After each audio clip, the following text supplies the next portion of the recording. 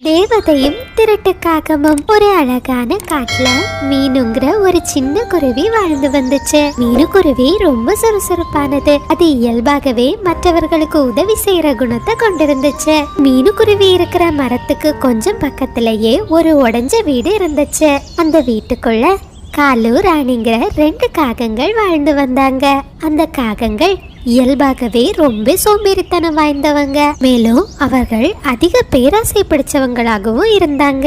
ஒரு நாள் மீனுக்குருவி பனிக்காலத்துக்கு தேவையான உணவுகளை சேமிச்சிட்டு தன்னோட வீட்டை நோக்கி பறந்து வந்துகிட்டு இருந்துச்சு. மீனுக்குருவி நிறைய உணவு எடுத்துக்கிட்டு பறந்து வரத ராணிக்காகவும் தன்னோட வீட்டுல இருந்து பாத்துக்கிட்டு இருந்துச்சு. என்ன ராணி, ஜன்னலையே இப்படி உத்து பாத்துக்கிட்டு இருக்க? அப்படி வெளியில என்ன தெரியுது? காலு, மீனுக்குருவி ஒரு கூடை நிறைய பழங்களை எடுத்துக்கிட்டு இந்த வழியா போச்சு. அந்த கூடையில நிறைய சுவை மிகுந்த பழங்கள் இருந்து. அதுக்கு என்ன ராணி, அந்த பழங்களை எடுத்துட்டா போச்சு. பழங்களை திருடி சாப்பிடுறதுன்னா நமக்கு என்ன புதுசா? சரியா சொன்னீங்க காலு. இப்பவே வாங்க, ஒளிஞ்சிருந்து அந்த குருவி என்ன செய்யுதுன்னு பார்க்கலாம் அப்படின்னு சொன்ன காலுவும் ராணியும் ஒரு மரக்கிளையில ஒளிஞ்சிருந்து மீனுக்குருவியோட வீட்டையே பார்த்துக்கிட்டு இருந்தாங்க.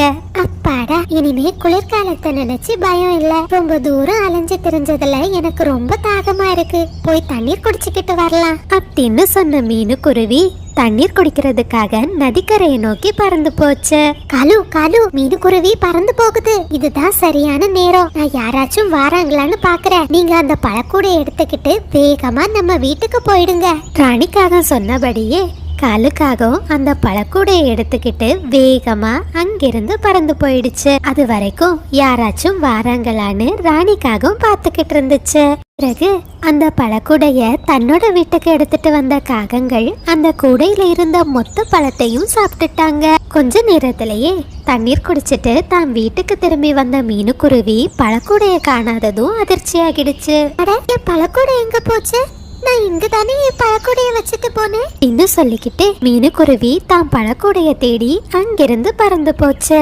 மீனுக்குருவி காலு ராணியோட வீட்டின் கதவை தட்டுச்சு. வீட்டுக்குள்ள இருந்த காலுவும் ராணியும் தங்களோட வீட்டுல இருந்து வெளியே வந்தாங்க.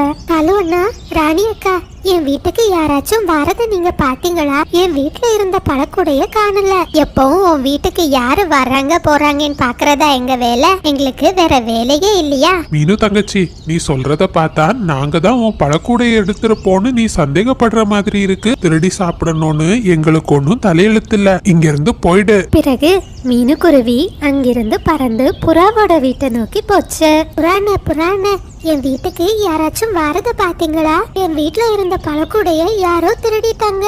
மீனு, எங்க வீட்ல இருந்தும் நேத்தைக்கு யாரோ பழக்கூடைய திருடிட்டாங்க. அதனாலதான் நாங்க இப்ப எங்க உணவுகளை பாதுகாப்பா வைக்க வீடு கட்டிக்கிட்டு இருக்கோம். ஆமா மீனு தங்கச்சி, என் மனைவி சொல்றது சரிதான். நீயும் உனக்காக ஒரு வீட்டை சீக்கிரம் கட்டிக்கோ. அதுதான் பனிக்காலத்துல உன்னை பாதுகாப்பா வைக்கும். உன் உணவும் பாதுகாப்பா இருக்கும். குருவி ஒரு மரவெட்டியை எடுத்துக்கிட்டு வீடு கட்டுறதுக்கு தேவையான கட்டைகளை எடுக்கிறதுக்காக காட்டை நோக்கி பறந்து போச்சு.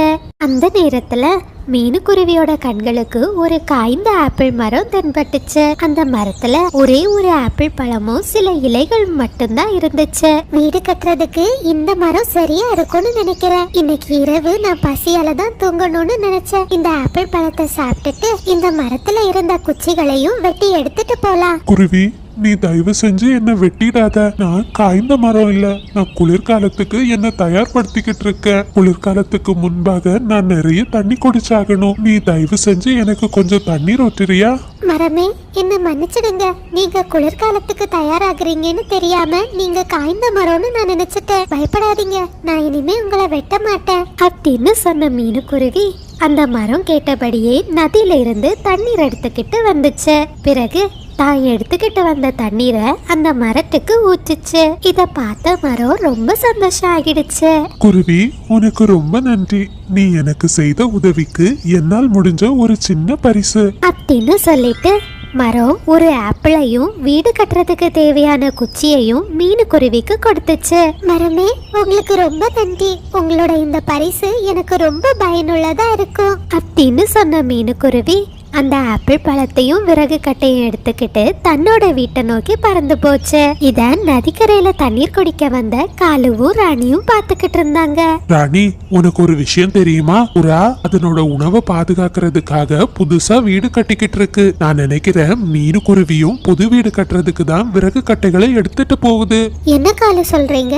காட்டுல எல்லாரும் எப்படி வீடு கட்டிட்டா நாம எப்படி உணவை திருடி சாப்பிடுறது? யாரு வீடு கட்டினாலும் சரி, இந்த மீனுக்குருவியை மட்டும் வீடு கட்ட விடவே கூடாது காலு. ஏன்னா அதனோட வீட்டுல தான் நிறைய உணவுப் பொருட்கள் இருக்கும். ஆமா ராணி, நீ சரியா சொன்ன. எப்படியும் மீனுக்குருவி நாளைக்கு தான் வீடு கட்டுற வேலைய தொடங்கும். ஏன்னா இன்னைக்கு சாயந்தரம் ஆயிடுச்சு. ஆமா காலு, இன்னைக்கு ராத்திரியே அந்த வீடு கட்டுறதுக்கு தேவையான மரக்கட்டைகளை எடுத்து இந்த நதியில போட்டுருங்க.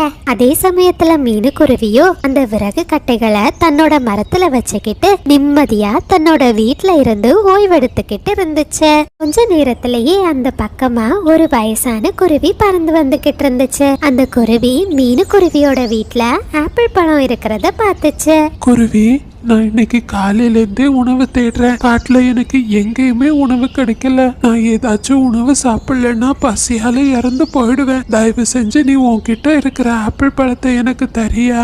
ஐயோ பாவம், இந்த குருவி பாக்குறதுக்கு ரொம்ப பலவீனமா இருக்கு. இது உணவு சாப்பிடலன்னா இறந்து போயிடும். தாத்தா, நீங்க கவலைப்படாதீங்க, நீங்க தாராளமா என்கிட்ட இருக்கிற ஆப்பிள் பழத்தை சாப்பிடலாம் அப்படின்னு சொன்ன மீனுக்குருவி தாங்கிட்ட இருந்த ஆப்பிள் பழத்தை அந்த வயதான குருவிக்கு சாப்பிட கொடுத்துச்சு. குருவி, நீ என் உயிரை காப்பாத்திட்ட. உனக்கு ரொம்ப நன்றி. இந்த உதவியை நான் மறக்க மாட்டேன் அப்படின்னு சொல்லிட்டு அந்த வயதான குருவி அங்கிருந்து பறந்து போயிடுச்சு. அப்படியே காட்டுல ராத்திரி நேரம் வந்துச்சு. ரொம்ப களைப்பா இருந்த மீனுக்குருவி தன்னோட வீட்டுல படுத்து தூங்கிக்கிட்டு இருந்துச்சு. அந்த நேரத்துல காலுக்காகவும் தான் திட்டத்தை செயல்படுத்துறதுக்காக மெதுவா பறந்து மீனுக்குருவியோட வீட்டுக்கு வந்துச்சு. சத்தமே இல்லாம மீனுவோட வீட்டுல இருந்த விறகு கட்டைகளை எடுத்துக்கிட்டு அங்கிருந்து பறந்து போச்சு.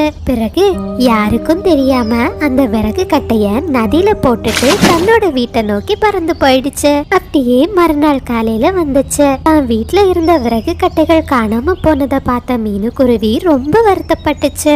இந்த திருடங்களுக்கு நான் என்ன பாவம் செய்தேன்? நேற்றுக்கு என்கிட்ட இருந்த எல்லா உணவுப் பொருட்களையும் திருடினாங்க. இன்னைக்கு நான் வீடு கட்ட வச்சிருந்த விறகு கட்டைகளையும் எடுத்துட்டாங்க. அன்னைக்கு மீனுக்குருவிக்கு ரொம்ப காய்ச்சல் அடிச்சது. அது உடம்பு முடியாம தன்னோட வீட்டுல அழுதுகிட்டே படுத்துக்கிட்டு இருந்துச்சு. அந்த சமயத்துல ஒரு அழகான தேவதை மீனுவோட பக்கத்துல தோன்றினாங்க. பயப்படாத குருவி, நான் தான் வனதேவதை. நான் தான் நேற்றுக்கு ஒரு வயசான குருவி உருவல உன் முன்னாடி வந்தேன். நீ எனக்கு செய்த உதவிய திருப்பி செய்யறதுக்கு தான் நான் இன்னைக்கு வந்திருக்கேன். வனதேவதையே, இந்த காட்டுல ஏதோ ஒரு திருடங்கள் எல்லா குருவிகளையும் ரொம்ப கஷ்டப்படுத்துறாங்க. நீங்க தயவு செஞ்சு அந்த திருடங்களை மனம் மாற செய்யணும். கவலைப்படாத குருவி, அந்த திருடர்களுக்கு நிச்சயம் தகுந்த தண்டனை கிடைக்கும். உனக்கு என்ன வேண்டும் என்று எனக்கு தெரியும். அதை இப்போதே உனக்கு பரிசாக வழங்குகிறேன் அப்படின்னு சொன்ன தேவதை மீனுக்குருவிக்கு ஒரு பெரிய மர வீடை கொடுத்தாங்க. அந்த வீட்டுக்குள்ள நிறைய பழங்கள், தானியங்கள், காய்கறிகள் இருந்துச்சு. இத பார்த்த மீனுக்குருவி ரொம்ப சந்தோஷப்பட்டுச்சு. கொஞ்ச நேரத்திலேயே தேவதை அந்த இடத்துல இருந்து மறைஞ்சு போயிட்டாங்க. மீனுவோட வீடு இருந்த இடத்துல பெரிய மர வீடு இருக்கிறத பார்த்த 2 காகங்களும் ஆச்சரியப்பட்டாங்க. ராணி, எனக்கு ஏதோ இது ஒரு மந்திர வீடு மாதிரி தெரியுது. ஒரு ராத்திரியில இவ்ளோ பெரிய வீடு கட்டுறதுக்கு வாய்ப்பே இல்ல. வா, அந்த வீட்டுக்குள்ள என்ன இருக்குன்னு பார்க்கலாம் அப்படின்னு பேசிக்கிட்ட காகங்கள் மீனுவோட வீட்டுக்குள்ள பார்த்தாங்க. அங்க நிறைய பழங்களும் தானியங்களும் காய்கறிகளும் இருக்கிறத பார்த்த காகங்கள் அதை எப்படியாச்சும் எடுக்கணும்னு பேராசைப்பட்டாங்க. பிறகு வேகமா தங்களோட வீட்டுக்கு பறந்து போனாங்க. காலு, நீங்க சொல்ற மாதிரி அது மந்திர வீடு தான். பழங்கள், காய்கறிகள் எல்லாம் இருக்கு. ராணி, நினைச்சு பாரு, அந்த தானியங்கள் எல்லாம் நமக்கு கிடைச்சுன்னா ஒரு வருஷத்துக்கு நாம உணவே தேட வேண்டாம். ஆமா காலு, திருடுறதான் திருடுறோம், பெரிய திருட்டா செய்து வாழ்க்கையில செட்டில் ஆயிடுவோம். அப்படியே காட்டுல ராத்திரி நேரம் வந்துச்சு. 2 திருட்டு காகங்களும் தங்களோட திட்டத்தை செயல்படுத்துறதுக்காக மெதுவா மீனுவோட வீட்டுக்கு போனாங்க. ராணிக்காக மீனுக்குருவியோட வீட்டின் கதவை திறக்க முயற்சி செய்தது. அந்த நேரத்துல ஒரு பெரிய மரக்குச்சி ராணி மற்றும் காலுவை நோக்கி வந்துச்சு. அந்த மரக்குச்சிகள் 2 காகங்களையும் வேகமா அடிக்க ஆரம்பிச்சுது. ஐயோ அம்மா, வலிக்குது. ராணி, ராணி இது என்னது? காலு, எனக்கும் தெரியல, ரொம்ப வலிக்குது, நிறுத்து, மரக்குச்சியை நிறுத்து. அந்த சமயத்துல காகங்களோட முன்னாடி தேவதை தோன்றினாங்க. பேராசை பிடித்த காகங்களே, நினைவில் வைத்துக் கொள்ளுங்கள், இனிமேல் நீங்க என்றாவது திருட முயற்சி செய்தால் உங்களுக்கு இதே தண்டனை தான் கிடைக்கும். தேவதை சொன்னதை கேட்ட காகங்கள் ரொம்ப பயந்து போயிட்டாங்க. அன்னையில இருந்த காகங்கள் மனம் திரும்பி யாரோட வீட்லயும் திருடாம உழைச்சு சாப்பிட ஆரம்பிச்சாங்க. குழந்தைகளே, இந்த கதை உங்களுக்கு பிடிச்சிருக்கும்னு நம்புறேன். இந்த கதையிலிருந்து நாம என்ன தெரிஞ்சுக்கலாம்னா, நாம மற்றவர்களுக்கு செய்த உதவி நிச்சயம் ஒரு நாள் நம்ம கிட்டயே திரும்பி வரும். ரோஜாப்பூ. ஒரு அழகான காட்டுல மீனுங்கிற ஒரு குருவி தன்னோட ஒரே பையன் ஜக்கு கூட வாழ்ந்து வந்துச்சு. மீனுக்குருவியோட கணவர் ஒரு விபத்துல இறந்துட்டாரு. இதனால மீனுக்குருவி ரொம்ப கஷ்டப்பட்டு வீட்டு வேலைகள் செய்து தன்னோட பையனை படிக்க வச்சுது. அம்மா, நான் இனிமே ஸ்கூலுக்கே போகலம்மா, எனக்கு படிக்கிறதே சுத்தமா பிடிக்கல. ஏன் ஜக்கு இப்படி சொல்ற? உனக்கு ஸ்கூலுக்கு போறதுன்னா ரொம்ப பிடிக்குமே, அதுவும் இல்லாம நீ நல்லா படிக்கிற பையன். இல்லம்மா, என்னோட பேக் பார்த்து என் ஸ்கூல்ல உள்ள பசங்க சிரிக்கிறாங்க. ஸ்கூல்ல புதிய ஜாமெட்ரி பாக்ஸும் புத்தகமும் வாங்கிட்டு போக சொன்னாங்க. நான் இன்னும் புத்தகம் வாங்கலன்னு தினமும் டீச்சர் என்ன வெளியே விடுறாங்க. அம்மா, நான் உங்க கூடயே வேலை செய்ய வரேம்மா, எனக்கு ஸ்கூலுக்கு போகவே பிடிக்கல. மகனே ஜக்கு, அப்படியெல்லாம் சொல்லக்கூடாது. அம்மா இன்னும் கடுமையா வேலை செய்து உனக்கு ரொம்ப சீக்கிரமா புத்தகத்தை வாங்கி தந்துடுறேன். நீ படிச்சு பெரிய ஆளா வரணும். அப்படி சொன்ன மீனுக்குருவி ஒரு வழியா தான் பையன் ஜக்குவை சமாதானப்படுத்தி ஜக்குவை கூட்டிட்டு போய் ஸ்கூல்ல கொண்டு விட்டுச்சு. பிறகு அங்கிருந்து வேக வேகமா பறந்து போய் அந்த காட்டிலேயே ரொம்ப பணக்காரரான புறாவோட வீட்டு வேலைகளை செய்தது. மீனுக்குருவி வழக்கத்தை விட அன்னைக்கு ரொம்ப கஷ்டப்பட்டு எல்லா வேலைகளையும் ரொம்ப சீக்கிரமாவே முடிச்சது. அப்படியே மத்தியான வேலை ஆச்சு. வேலை செஞ்சு ரொம்ப களைப்பா இருந்த மீனுக்குருவி தண்ணி குடிக்கிறதுக்காக நதிக்கரையோட பக்கத்துல வந்துச்சு. நதிக்கரையில தண்ணீர் குடிச்சிட்டு கொஞ்ச நேரம் ஒரு மரத்தோட நிழல்ல ஓய்வெடுத்துச்சு. அந்த சமயத்துல மீனுக்குருவியோட கண்களுக்கு ஒரு ரோஜா செடி தென்பட்டுச்சு. அந்த செடிய மீனுக்குருவியும் அதனோட கணவரும் சேர்ந்துதான் அந்த இடத்துல நெட்டாங்க. அந்த நினைவுகளை நினைச்சபடியே மீனுக்குருவி கண்ணீர் விட்டு அழுதுகிட்டு இருந்துச்சு. கோமல், நாம ரெண்டு பேரும் எவ்வளவு சந்தோஷமா இந்த காட்டுல வாழ்ந்தோம். நீங்க மட்டும் இப்ப இருந்திருந்தீங்கன்னா நான் மகாராணி போல வாழ்ந்திருப்பேன். நீங்க இல்லாததுனால நானும் என் பையனும் ரொம்ப கஷ்டப்படுறோம் அப்படின்னு சொல்லி மீனுக்குருவி ரொம்ப வருத்தத்தோட அழுதுச்சு. அந்த சமயத்துல மீனுக்குருவியோட கண்ணீர் துளி அந்த ரோஜா மொட்டு மேல பட்டுச்சு. உடனே அந்த ரோஜா மொட்டு மின்ன ஆரம்பிச்சது. இதுல இருந்து ஒரு அழகான தேவதையும் வந்தாங்க. இத பார்த்த மீனுக்குருவி ரொம்ப பயந்துடுச்சு. பயப்படாதே குருவி, நான் உன்னை எதுவும் செய்ய மாட்டேன். உன்னால் தான் எனக்கு இந்த சாப விமோசனம் கிடைத்துள்ளது. சாப விமோசனமா? ஆமா, நீங்க எப்படி இந்த ரோஜா செடியில வந்தீங்க? நான் என் அழகின் மீது கொண்ட கர்வத்தால் பல தீங்கினை செய்துள்ளேன். அதற்கு தண்டனையாகத்தான் பல நாட்களாக இந்த ரோஜா செடியில் அடைபட்டு கிடந்தேன். இன்றைக்கு உன்னுடைய கண்ணீர் துளிகள் என்னுடைய சாபத்திற்கு விடுதலையாக அமைந்துள்ளது. அப்படியா? என்னால உங்களுக்கு விடுதலை கிடைச்சதுல ரொம்ப சந்தோஷம். குருவி, நீ செய்த உதவிக்கு நன்றி கடனாக நான் உனக்கு ஒரு பரிசினை தருகிறேன். நம் காட்டில் மிகவும் பழமையான வேப்ப மரத்திடம் சென்று பொற்காசுகளை கேள், அது உனக்கு நிச்சயம் தரும். ரொம்ப சந்தோஷம். அந்த பொற்காசுகள் மட்டும் எனக்கு கிடைச்சதுன்னா என் பையனோட ஸ்கூல் ஃபீஸை நான் கட்டிடுவேன். அது மட்டும் இல்ல, அவனுக்கு நல்ல பேக்கையும் புத்தகங்களையும் வாங்கி கொடுப்பேன்.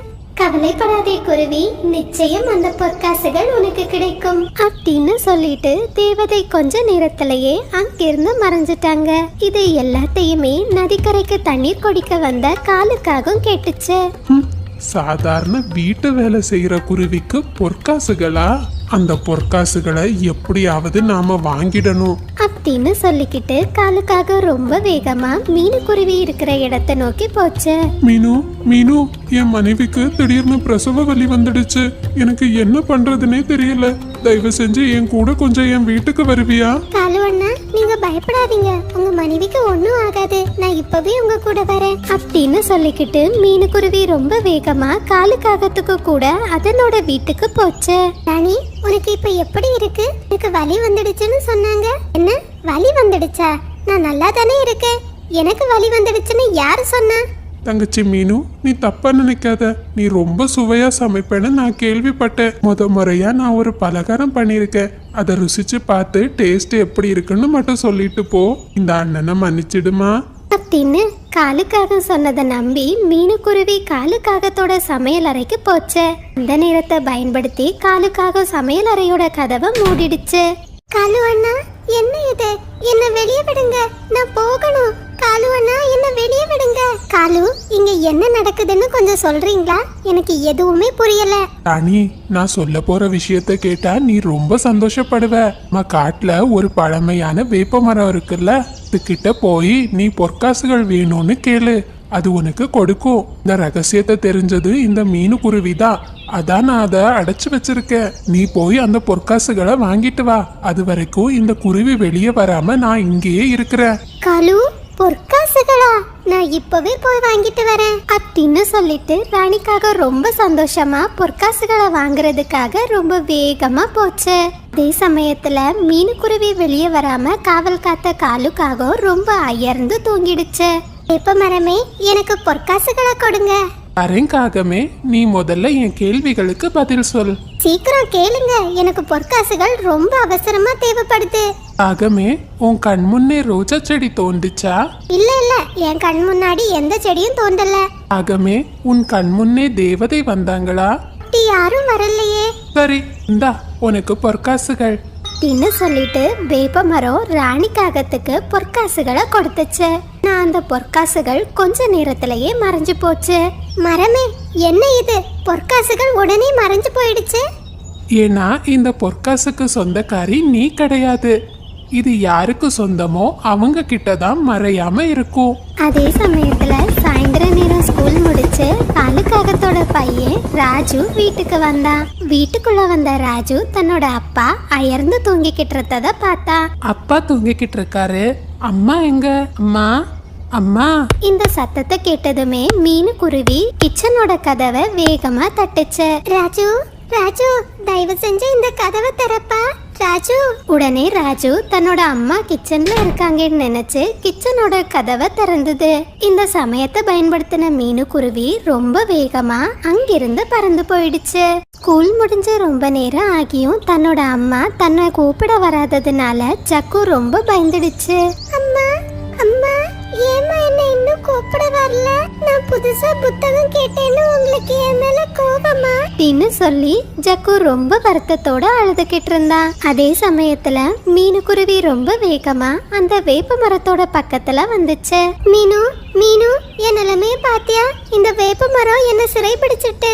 தயவு செஞ்சு இந்த கூண்டுல இருந்து என்ன விடுவி. கண்டிப்பா நான் உன்னை விடுவிக்க மாட்டேன் ராணி. கணவர் இல்லாம நான் எவ்வளவு கஷ்டப்படுறேன்னு உங்களுக்கு நல்லாவே தெரியும். ஆனா நீங்க எனக்கு இப்படி ஒரு துரோகத்தை செய்திருக்கீங்க.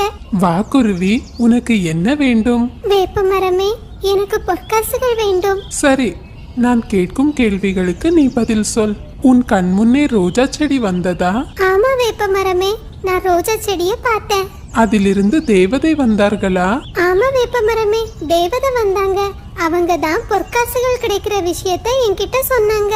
சரி, இந்தா குருவி, உன்னுடைய பொற்காசுகள் அப்படின்னு சொல்லிட்டு வேப்ப மரம் பொற்காசுகளை மீனுக்குருவி கிட்ட கொடுத்துச்சு. ஆனா மீனுக்குருவி கிட்ட வந்த பொற்காசுகள் மறைஞ்சு போகல. இத பார்த்து வேப்ப மரம் சொல்லுச்சு, மிகவும் நல்லது.